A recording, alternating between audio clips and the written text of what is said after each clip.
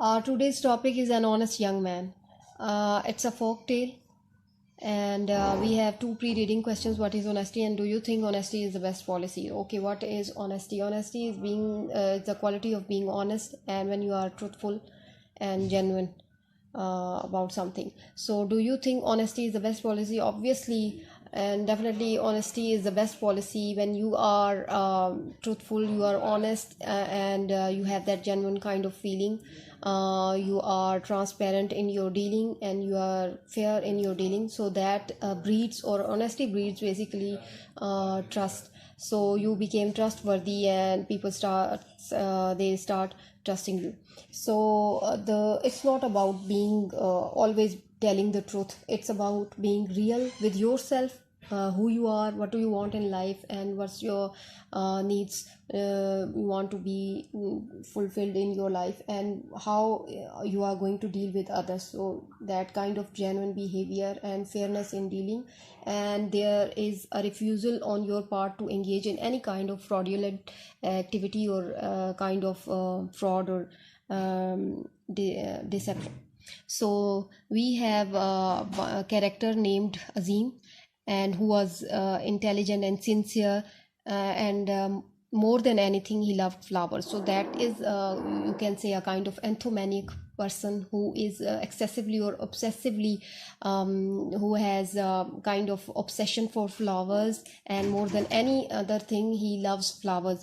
So nothing pleased him more than watching the lilacs, lilies and peonies as they bloomed in the springtime. So in the winter he was inspired by the appearance of the beautiful narcissus, and he couldn't choose a favorite flower, for he loved morning and evening glories and pomegranate and peach flowers and the summer lotus that floated on the pond. So they actually used to float on the pond. So lotus is a flower. There are different names of the flowers that are mentioned here. Azim admired the landlord of the village because he had heard that he loved flowers and supervised the beautiful garden. On his part, he personally had a personal watch over something that is being supervised, and he had a garden. So he announced that he is going to hand over seeds to the young man in the village, and anyone who comes up with the finest flower grows, or who grows the finest flower from among all those brought before me, the landlord announced that he will be given a grand prize, a huge prize, and will also do the job of the head gardener. So there the Azim stood in the line among many others, and he held his pot. He did everything that he could do to grow the flower. As the months passed, Azim's other plantings burst through the soil and began to grow, but he was disappointed that nothing sprouted in the bright blue pot. That's odd, he said. Perhaps it doesn't need so much sun. So he moved the pot to another room. So he kind of adjusted the pot, if it's neither too hot or too warm. So perhaps the room is too cool. So he was anxious about having that flower groomed. So the next time was nearing to visit the landlord again, but Azim's bright blue pot stood empty. So he was filled with despair. Each time he looked at it, what could I be doing wrong? So he was not possibly having the idea that what was possibly wrong about that pot. And to each he told the tale of his seed. They shook their heads. No one knew that what could be wrong. So his heart was nearly breaking with disappointment. On the appointed day, Azim walked to the palace. When he arrived, tears fell from his eyes. Before he stood him a sea of young men, each holding a flower more exquisite than the one before.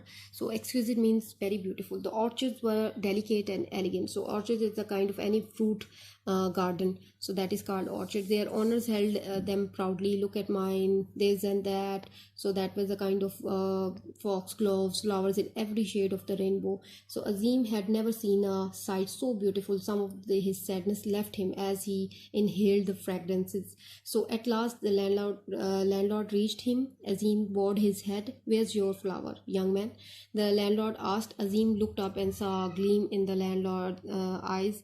that surprised him. Sir, I have failed you. So gleam is the kind of sudden happiness. So I have failed you means that I couldn't come up to your expectations. So he said sadly, I cared for my seed, but as you can see that I wasn't able to grow a flower for you. So I hope you will forgive me. But the landlord's face was lighted up with a smile brighter than even the flowers all around him. You are my head gardener, he announced, and taking Azim's hand in his. But sir, I am the only person here who failed.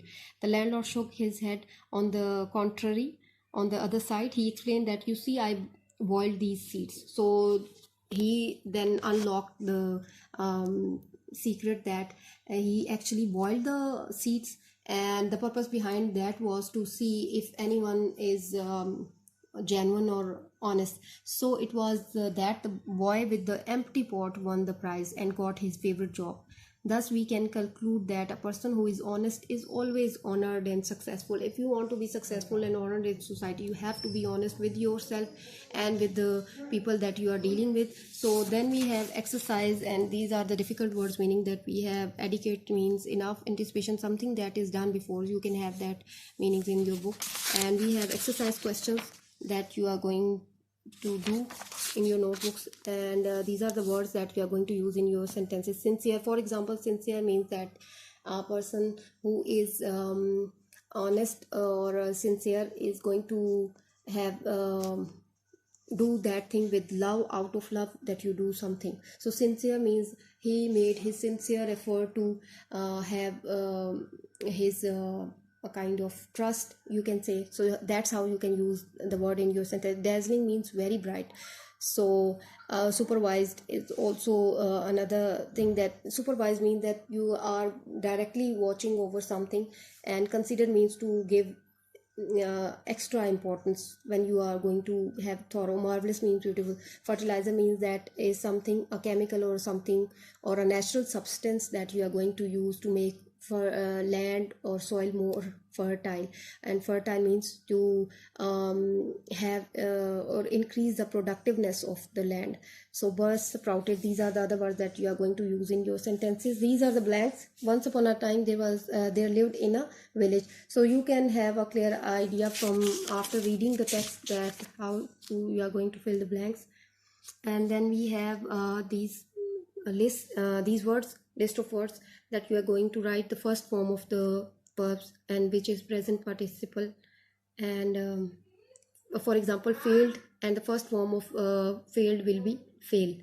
Rest you are going to do yourself, and you have to write down the names of the flowers that are given in the story, and also give the, or you are going to get the pictures of these flowers and paste them in your notebook.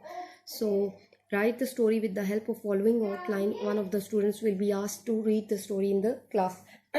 So this is the main kind of subject or topic sentence which you are going to use in your story. Ahmed was a driver. He worked for a rich man who had many cars. After that, you are going to add or make, you are going to come up with, or you have to cook up actually your own story.